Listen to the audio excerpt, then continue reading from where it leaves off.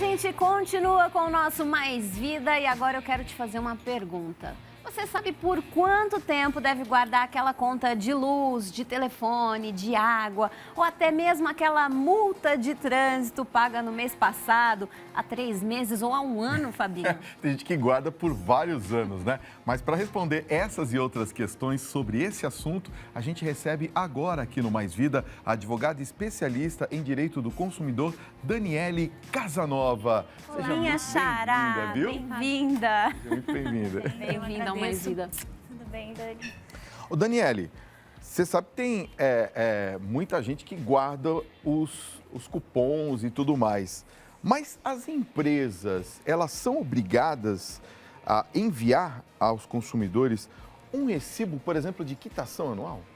Então, pela lei, todas as empresas elas precisam enviar esse recibo de declaração anual, sim. É obrigatório isso? É obrigatório. Tá? Tanto empresas que prestam serviços públicos, como por exemplo de telefonia, água, energia elétrica, como aquelas empresas também que prestam serviços privados, os bancos, administradora de cartão de crédito, operadoras de plano de saúde.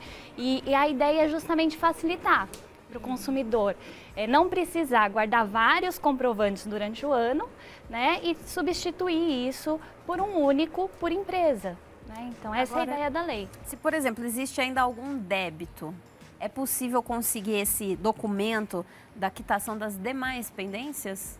Então, só tem direito a essa declaração de quitação anual os consumidores que não têm débito no ano correspondente.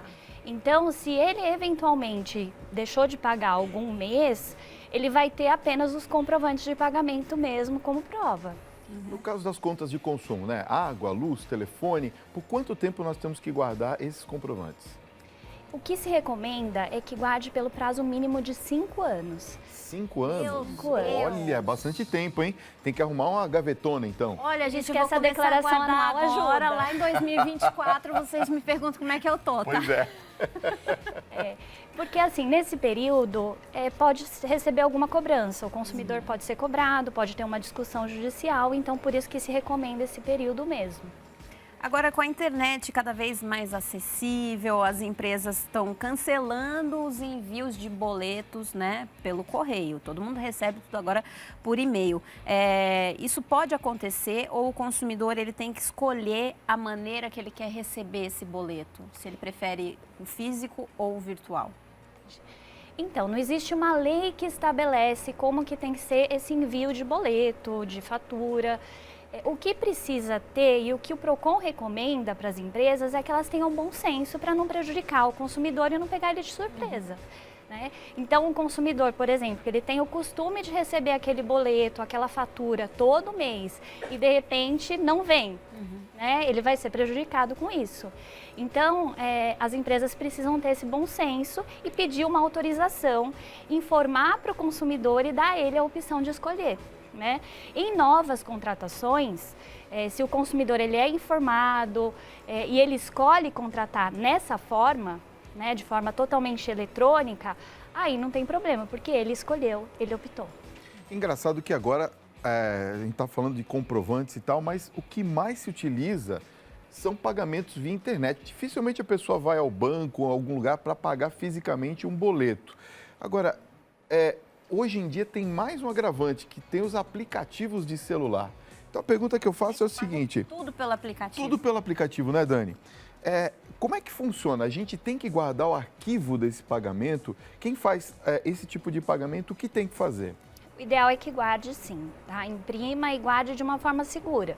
Né? Se ele consegue obter esse comprovante de alguma forma e tem o código que demonstra esse pagamento, então aí ele pode guardar, ou eletronicamente, ou de forma física, da maneira que melhor ele se sinta mais confortável com isso. Né? Então, mas o importante é que ele guarde sim de uma forma segura. Entendi. Agora, falando em comprovante ainda, tem alguns comprovantes que são aqueles amarelinhos, né, impressos, tal, que com o passar do tempo eles vão sumindo, vão apagando, às vezes duram 1 ano. Nesse caso, como é que a gente faz? A gente tem que fazer uma cópia desse comprovante? Exato. É muito importante que você faça uma cópia e pode ser tanto digital, digitalizando, tirando uma foto, que hoje é tão acessível, né? Como fazendo uma cópia física disso também e armazenando de uma forma segura, né, e organizada esses documentos, porque se não é durável, você pode precisar lá na frente dessas informações, né? Vamos falar de um negócio que poucas pessoas usam, mas ainda usam, o cheque. Por exemplo, se a pessoa tiver um cheque cancelado, ou devolvido, no caso. Não sabe nem o que é cheque. Acho que não, né? Nunca nem vi um cheque é do meu frente. tempo, né? Que se dividia, às vezes, lá em 2, 3 vezes. Não era permitido, mas eu devia fazer 2, 3 cheques, né?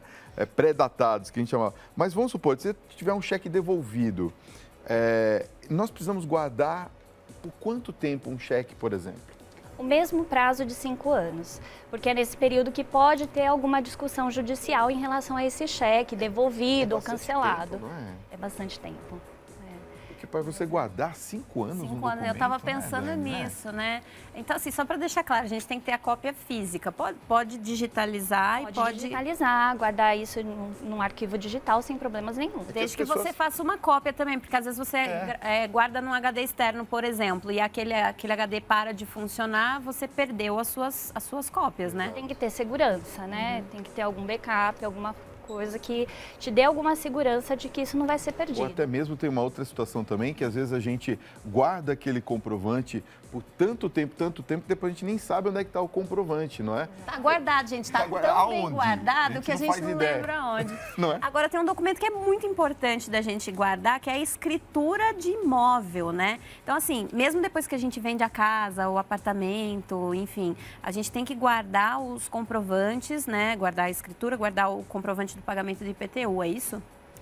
Isso, é importante que você guarde esses comprovantes de IPTU pelo mesmo prazo de 5 anos, que também é o prazo que o poder público pode cobrar o contribuinte em relação àquele imposto, né? E ele tem que demonstrar que quitou. No caso de declaração do imposto de renda, qual que é o prazo? Então, a declaração do imposto de renda em relação, você diz os documentos que dão suporte a essa declaração. Isso, vamos supor, tem o comprovante que vem da entrega da declaração. Eu preciso guardar esse comprovante durante um determinado prazo de tempo, não é isso? Isso. E Por também quanto os tempo documentos seria? que você utiliza para fazer a que declaração. você utiliza também. para fazer, bem citado, a Dani falou bem. Por exemplo, a gente utiliza um determinado tipo, uma quantidade de documentos para comprovar aquela renda do ano. Eu preciso guardar por quanto tempo também? Por esse mesmo prazo, né? Os 5 5 anos ele também. facilita a vida. Então, guarda pelos 5 anos, porque a Receita pode pedir algum esclarecimento. E daí você tem que demonstrar de onde que você tirou essas informações e comprovar. Né? Agora, quando a gente recebe o papelzinho ali falando assim, não é documento fiscal, aquele papelzinho ele serve para alguma coisa? A gente precisa guardar aquele papelzinho ou pode descartar? Então, algumas empresas, né, de acordo com uma classificação específica, elas não são obrigadas a emitir um cupom com fins fiscais. Tá? Mas, para demonstrar a relação de consumo e garantir os direitos do consumidor, esse papel já demonstra que houve a relação de consumo. Então, é suficiente. Papo bom, mas está na hora de a gente fazer uma pausa. Já já a gente continua falando sobre até quando guardar e como a gente deve se desfazer, vamos dizer assim, desses comprovantes de pagamento com a advogada especialista em direito do consumidor, Daniele Casanova. Mas agora a gente tem um recadinho bem bacana para você, dá só uma olhada. Muito bem, a gente continua falando sobre até quando guardar e como a gente deve se desfazer dos comprovantes de pagamento com a advogada especialista em direito do consumidor, Daniele Casanova. Será que a gente tem que ainda guardar por muito tempo esses comprovantes, Olha, até o ponto da gente esquecer, né, Dani? Onde eles estão? Eu descobri que eu faço tudo errado.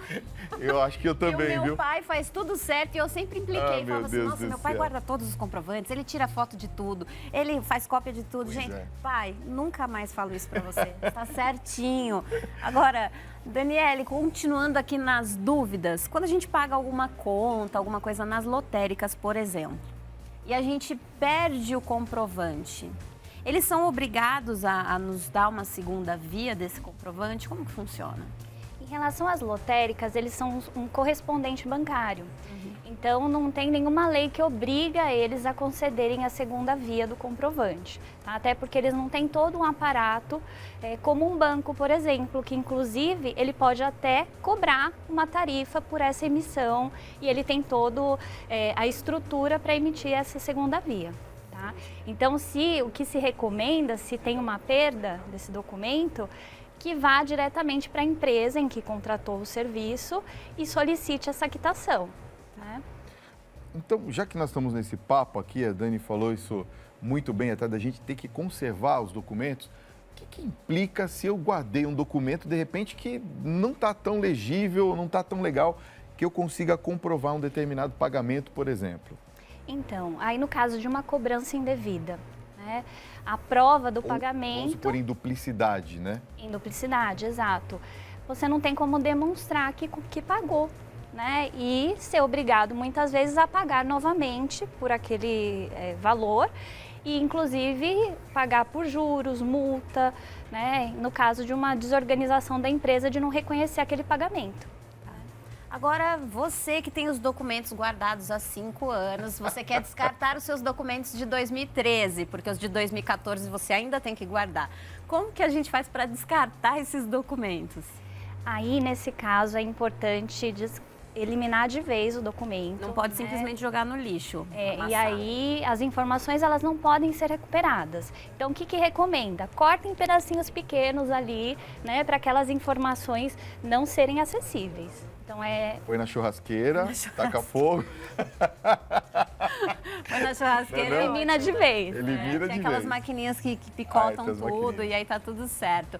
Olha, gente, são várias dúvidas. Eu descobri que eu faço várias coisas erradas. Espero que a gente, né, tenha ajudado vocês aí de casa também, esclarecido algumas dúvidas. E a gente agradece a sua presença aqui, Daniele. Muito obrigada. Foi um prazer. Viu? Muito obrigada. Os contatos da Daniele, o site, ó, www.saadv.com.br, telefone de contato 11 3089 9680. E tem o e-mail também aí na telinha para você poder entrar em contato. Certo, Fabinho? Certo, Dani.